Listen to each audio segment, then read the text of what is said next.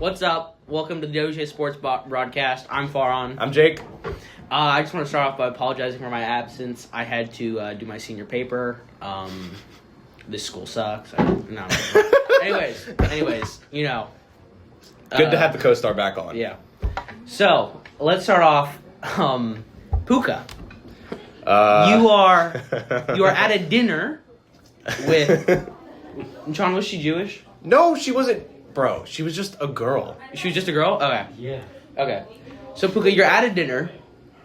Was the bite non-consensual? It was Obviously, yeah. Farhan, he bit someone. No. Jake, I'm not here to judge. I'm not judging. No, I'm not here to... I'm trying to figure out the full, Okay, fact. so since Farhan doesn't have the story, right? Basically, Puka got accused of saying some anti-Semitic stuff and then biting a girl at a dinner in, some... restaurant in LA, and then the charges got dropped a couple of days later, but the story made waves because Puka's just been acting up all off season. I don't know if you remember, but earlier in the season he was on Auden Ross's podcast and he said some crazy stuff. Aiden Ross. Thank you. And then he did do some anti-Semitic gestures, and he said some things that when you aren't Jewish would be considered anti-Semitic. Yeah, he did do that. I mean, Puka, that's pretty bad thing to do, man. It's hard to justify. It really is. Really, anything that Puka's been doing recently. I mean, he got the accusations were dropped. I can't remember. On the field, he's a terrorist. Off the field, he's a terrorist. Okay, no, he's really good. That's the thing too, as well. It really hurts when you're really good, right? Yeah. Because there's when you're good, you have so much more leeway with what you can say and do in the media. Yes. You always think of people that are head cases, right? Antonio Brown, right? Back in the day, he did crazy stuff, and then because he was so good for so long, it got excused for a really long time. Again, I'm gonna currently liken this to what's going on with Jaden Ivey, who's someone who's it's another sport, right? But he's not as good, and he went on Instagram Live and was saying some anti-LGBTQ stuff. Which, I mean, first off, it's just what are we doing? Yeah. You're getting paid millions, and you're gonna go and just spread hate, and then when you get canned for spreading hate, you're gonna sorry, my our little tech analysis back there put up an interesting photo of Puka Nacua. But yeah, you're gonna go and you're gonna not only double down on what got you fired, but then you're gonna get mad at the organization, which it's the Bulls. You didn't get canned from the Lakers. It's not like you're moving down. You could have moved up from this. Yeah. and your response is, frick 'em. Yeah, I mean, this is really weird, right? Because first of all, Jaden Ivey is a good player. He was a first round pick a couple of years ago. He got traded, and he was he hadn't played that many games, but he was a decent player, right? But it's really weird when you get to religion stuff, right? Yeah. Because politics and religion and sports are always going to be weird because people are weird about it, and when you come at it, because what he was saying, right? He basically was I don't understand why the NBA is endorsing this thing that goes against, religion, right? Because he's a Christian. I'm not, going to go exactly there, right? But he was basically this is, this is sinful, this is wrong. And again, that's, from a religious standpoint, sure, yeah, he's not wrong there. But it's what he's saying to his audience, right? These, kids and things like that, right? Yeah. You just can't do that. Do you think his outrage at the NBA, including it, is similar to... I remember a few years ago, Russian hockey players weren't going to participate in Pride Month for hockey because back home they'd get arrested or killed. Do you think it's that same type of outrage? Do you think they should be treated similarly?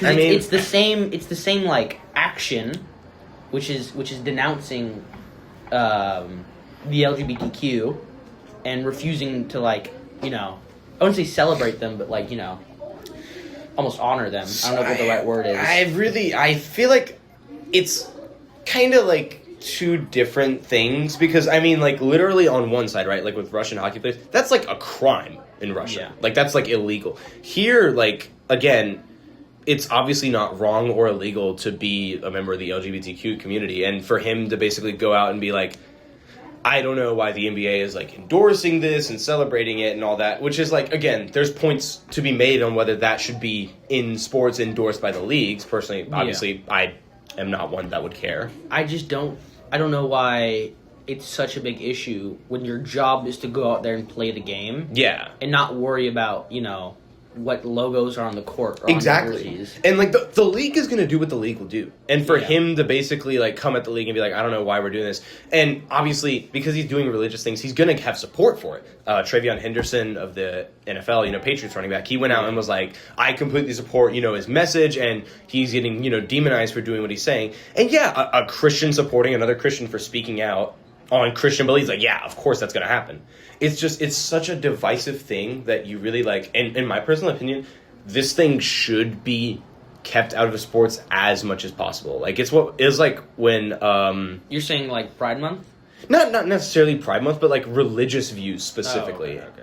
I thought you were saying that we shouldn't have, like, awareness or whatever. No, I think we should definitely have awareness of, like, LGBTQ, like Pride Month and all that, because these are real people that are negatively, like, hurt by, like, all the stigmas that they face in society, and we should definitely try to support them as much as possible. But doing that, you're going to have people on the other side who try to spread their beliefs, and as long as they're doing it mostly peacefully, I mean, you kind of just have to let them be, because now that they've taken a stand on Jaden Ivey, right? That's precedent now. Like, so you're saying that's if you speak out against awareness that's being done by the NBA, you shouldn't expect to still play for your team, huh? Not really, no, because again, like, this is a business, and again, as good and I personally believe underrated that Jaden Ivey is, he was averaging like a solid 11, 4 and 4, 2 steals a game. Like, he was a decent player, a very good player, or good player, right? But when you speak out against your teams and against the league, like, these teams have agendas that are bigger than you.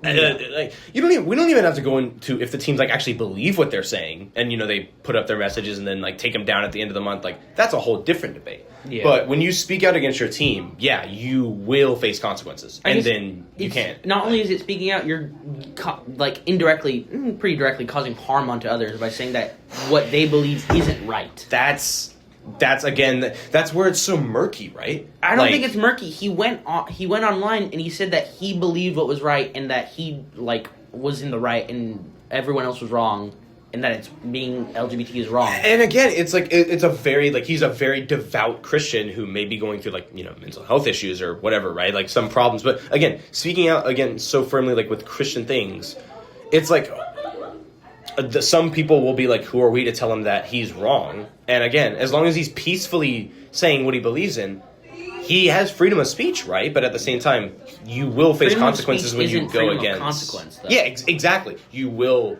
You absolutely will face consequences for doing these things. You have your rights until you inhibit the rights of others. And I think speaking and saying that being gay is wrong or being LGBT is wrong is inhibiting the rights of others. And, like, sinful. Yeah. Like, it's sinful. That's inhibiting the rights of others. So I do think that I think the Bulls organization made the correct choice by canning him. Yeah, I don't think that they're gonna miss him, even though what's their record, John? They're out of the play-in, I believe. I'm pretty sure they're the 11th seed right now. Oh boy, that's what is that, like the 13th seed, like 12th seed? Yeah, they're buns, bro. They're not gonna miss this guy, and he's doing things that are controversial. So yeah, they're gonna cut him. That's how the business works. Like, if it was LeBron saying all this, I mean, like, we. I'm kidding. I'm kidding. Again, right? Like, I'm kidding. That's also, like, there's levels, right? Like, when you attain a certain greatness, you can say things that other people can't. Like, that's kind of just how the game works. Like, Jaden Ivey is not going to be missed as much as, like, Kevin Durant would. Yeah. Like, and even with Kevin Durant's, like, controversy, right? Like, he got alleged, like, Kevin Durant was saying.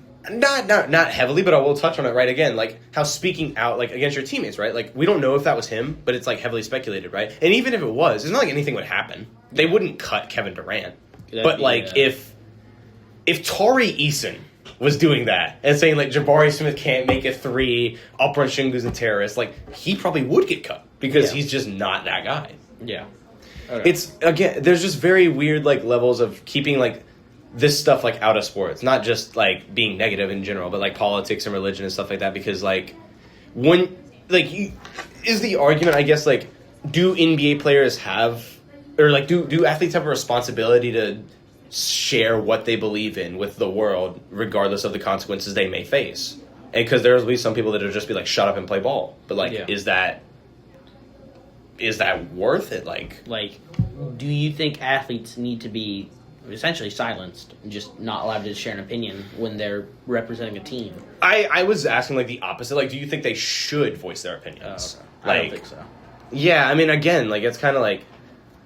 But then it gets into like this weird area of like what opinions would be okay. Like if they're just the popular ones, then they'd be fine. Like, yeah, I think it's just it's basically just being a thought police officer. Yeah, like you're controlling what they can think and stuff. And like a lot of I would initially say that's like wrong, right? But at the same time, when stuff like this happens and we're reminded of why it's kind of necessary, then it's really just like, man, like it's such a weird area to try and navigate when stuff like this happens. It really is easier to just try and make sure that everyone falls in line with whatever the NBA and these teams as a whole believe. Yeah, for sure. Yeah. So that'll wrap it for this episode today of like kind of, politics and where that stands in the leagues. And we'll be back at you next week. Thanks so much for tuning in, and we'll see you later.